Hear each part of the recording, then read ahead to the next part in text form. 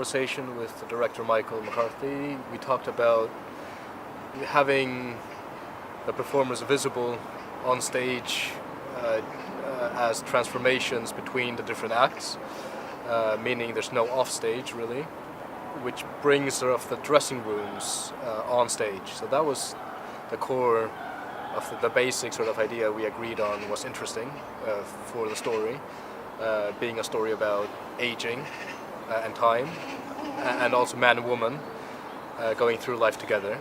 And then it was creating a world where this could happen, where we could have makeup, wigs, fat suits, and so on, whatever you need to change your body and mannerisms with.